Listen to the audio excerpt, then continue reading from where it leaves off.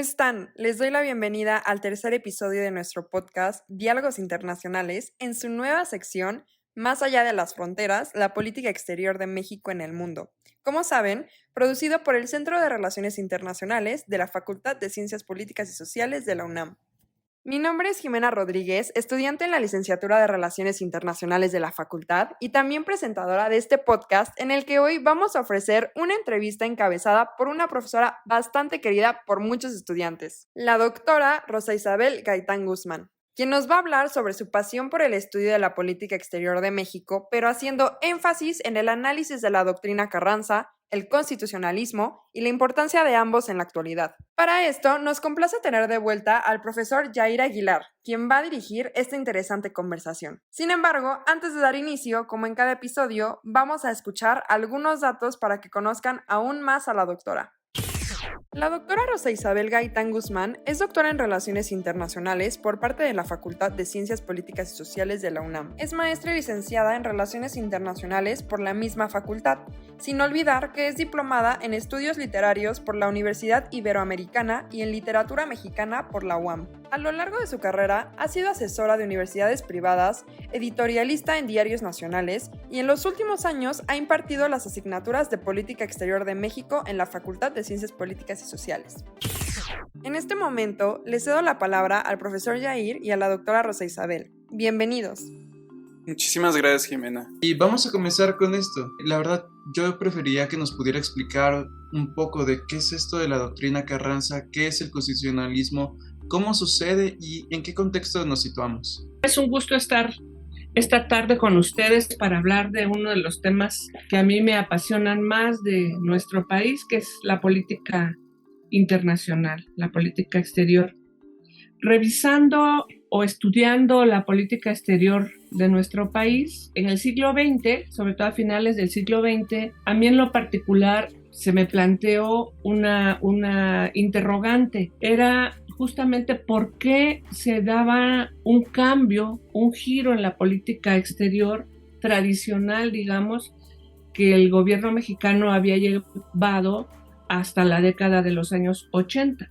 Y siguiendo esta pregunta, ¿por qué se daba el cambio? ¿Para qué se daba el cambio? ¿Y se daba en relación a qué? Entonces me dediqué a hacer una investigación sobre la política exterior mexicana en ese siglo XX y mi investigación me llevó a la Revolución Mexicana y a las relaciones internacionales durante ese periodo tan interesante y tan sangriento, tan movido, digamos, de la historia de nuestro país y del quehacer político, social, económico, porque pues fue un parteaguas la Revolución Mexicana, no solo para México, sino para todo el continente americano, y va a sembrar semillas hacia el futuro para el resto del mundo. En este punto todavía hay que estudiar un poco más, hacer más investigación, pero bueno, llego entonces a la Revolución Mexicana, sus actores, su problemática en materia internacional, y pues ahí me encuentro yo justamente el trabajo de Carranza, pero no como el presidente Carranza solamente, sino como el gran líder, el gran dirigente del constitucionalismo, que es el movimiento que surge después del asesinato de Madero, del golpe de Estado de Huerta, y que pretende, ¿verdad?, dar una directriz al México que está convulsionado en ese momento y que se está reconstruyendo a sí mismo. Pero además se está reconstruyendo en un ambiente mucho más amplio, que es este mundo pues que está siendo pues también removido en sus entrañas cuando vemos que la Revolución Mexicana se da de manera paralela a la Primera Guerra Mundial. Son ajustes tanto dentro como fuera de nuestro país. Y el constitucionalismo, dirigido por Carranza, pues va a ser una propuesta de política internacional para México que le permita pacificar el país, ponerlo en la vía de la legalidad, por eso se llama su movimiento constitucionalista, y que a la vez que permite esta reconstrucción interna, también va a ubicar a México frente a los poderes que rigen la política internacional del momento y que tienen su expresión no solo en los gobiernos de la época con los que México tiene relación, básicamente las potencias europeas y Estados Unidos, sino también con las empresas de estos países que tienen inversiones en México y que se ven afectadas por el movimiento político revolucionario, ¿verdad? Eso es el constitucionalismo. Carranza lo dirige, lo inicia, pero lo que yo encuentro en el trabajo de la política exterior del constitucionalismo, que es como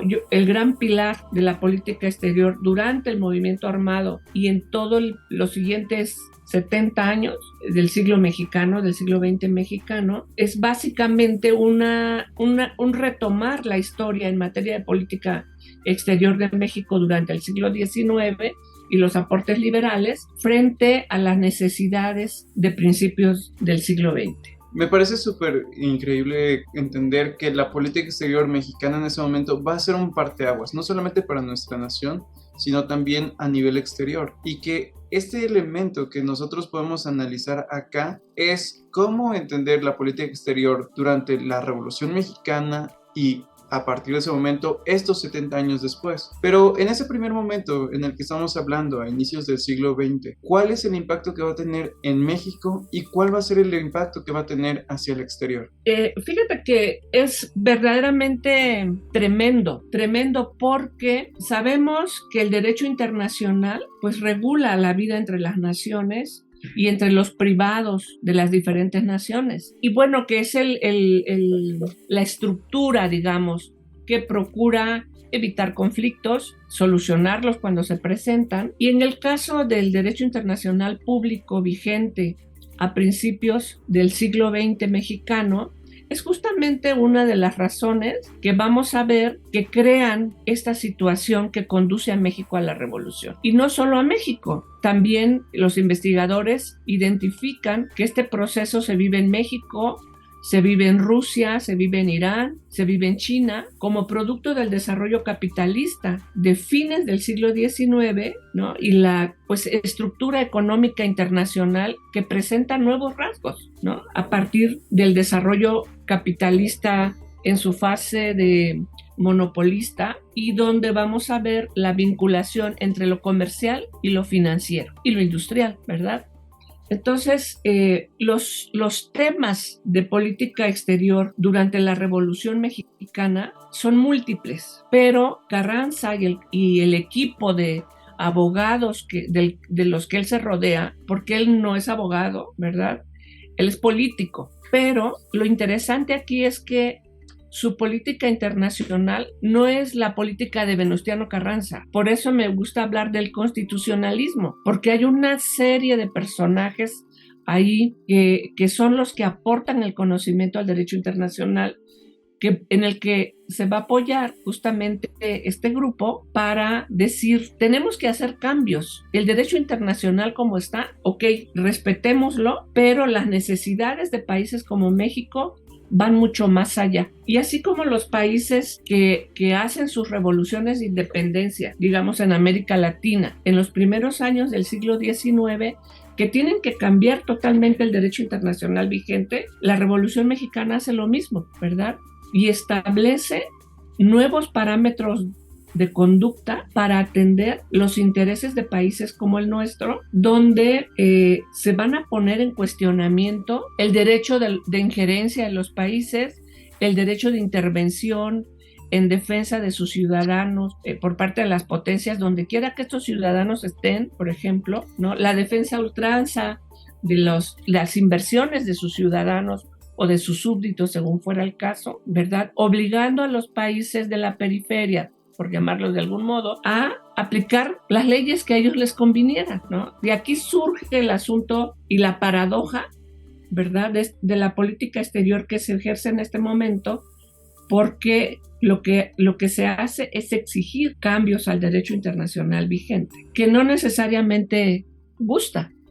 Y esa es la gran confrontación que vamos a encontrar a partir de lo que desde el 18 se va a conocer como la doctrina Carranza, ¿verdad? Que no hay que confundir con la doctrina Estrada, y que plantea, bueno, el respeto a la soberanía de los países débiles militarmente, débiles económicamente, y que exige también que las empresas y los gobiernos de otros países, por muy poderosos que sean, se sometan a las leyes locales. Leyes locales que también se plantea deben respetar el resto de países porque es un derecho inherente a la soberanía de cada país, ¿no? No solo de las potencias. Eso es una revolución, ¿no? En la concepción de cómo se dan las relaciones internacionales. Aquí podemos ver, por ejemplo, con gobiernos y ese momento hablando de la Sociedad de Naciones, que se presenta esta idea, este proyecto diciendo, bueno, hay que ver por cómo la soberanía depende entonces del Estado, del gobierno, y que no debe haber pues una injerencia tampoco en ese tipo de acciones o de decisiones, o ¿sabes qué? Decir, nosotros vamos a tomar la palabra, tú no haces nada, y que vino a significar muchísimos cambios a nosotros, previo todavía a lo que iba a ser la Segunda Guerra Mundial, que iba a estar cambiando todo este juego a nivel internacional. Así que también estos cambios que generaron y que ya hemos venido trabajando con ellos y que incluso se han visto un poco reflejados en esta misma idea de Naciones Unidas, que son dos ideas que vienen también, ahora sí, de estas doctrinas, de la doctrina Estrada, de la doctrina Carranza, que esta es específicamente la que estamos hablando. ¿Cómo es que tienen impacto hoy en día?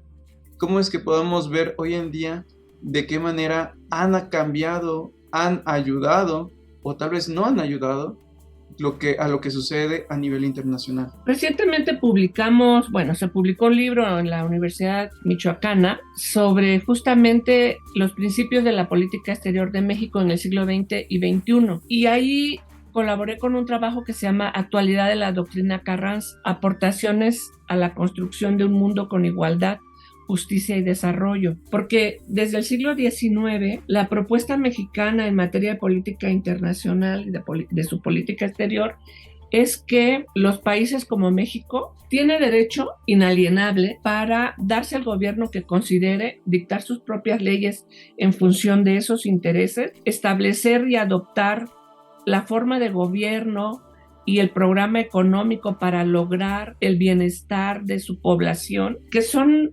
elementos que encontramos desde la Revolución de Independencia, luego en la Revolución Mexicana, y seguimos teniendo hoy como metas aún por lograr. Y son metas en las que aún se encuentra la mayoría de los países del mundo. Algunos autores como Mario Ojeda, clásico de los estudios de política exterior, planteaban cómo era esta vinculación entre proyecto económico y también Sofía Méndez en el CID en los años 80 escribía sobre esto, cómo los países pueden lograr alcanzar sus metas de desarrollo en el mundo actual. Decíamos hace un momento, la mayoría de los países, el gran porcentaje de la población mundial vive por abajo de los niveles mínimos de satisfacción de sus necesidades en todo terreno. Eso si hablamos en cuestiones materiales, pero podemos sumarle los temas de educación, los temas de libertad política, de su ejercicio político al usufructo de los recursos naturales, que es el artículo 27 de la Constitución mexicana, por el que se aboga y que es un gran elemento de confrontación durante todo el siglo XX. Hoy mismo vemos cómo las sociedades, las comunidades locales, no solo en México, en África, en Asia, están buscando que frente a la gran capacidad extractiva en términos mineros o en cuestiones de minería, de agricultura, se considere que el primer propietario y beneficiario de la explotación de esos recursos deben ser esas comunidades. Yo creo que ahí la actualidad de la lucha del 10-17 en México, la adopción del artículo 27 constitucional, todavía está por hacerse realidad, ¿verdad? En otro momento, lo que hizo México fue llevar a la Sociedad de Naciones, cuando finalmente entra en los años 30, lleva a Naciones Unidas toda esta construcción filosófica de cómo deberían relacionarse los países, las sociedades, producto de sus batallas históricas del siglo XIX, frente a Europa y Estados Unidos, como de su movimiento revolucionario y su constitución del 17. Creo que con ese ejemplo podemos ver qué tan importante y cuánta actualidad tiene el sueño mexicano, el ideal mexicano de unas relaciones internacionales con justicia, equitativas, respetuosas de los países entre ellos mismos, ¿verdad? Por eso el siglo XX es muy importante, no solo para México, sino para el continente y el mundo, porque va a llevar a los foros internacionales una propuesta en este sentido. Y todavía no se cumple el ideal, ¿no? Después va a ser retomada por los países no alineados, por ejemplo, ¿verdad? Y va a servir mucho como un alimento conceptual, doctrinario, también para todos los movimientos de descolonización y de independencia en Asia y en África. Esas tareas de análisis y revisión están pendientes en nuestro país para conocer el alcance y el trabajo de nuestros diplomáticos y de nuestra política exterior.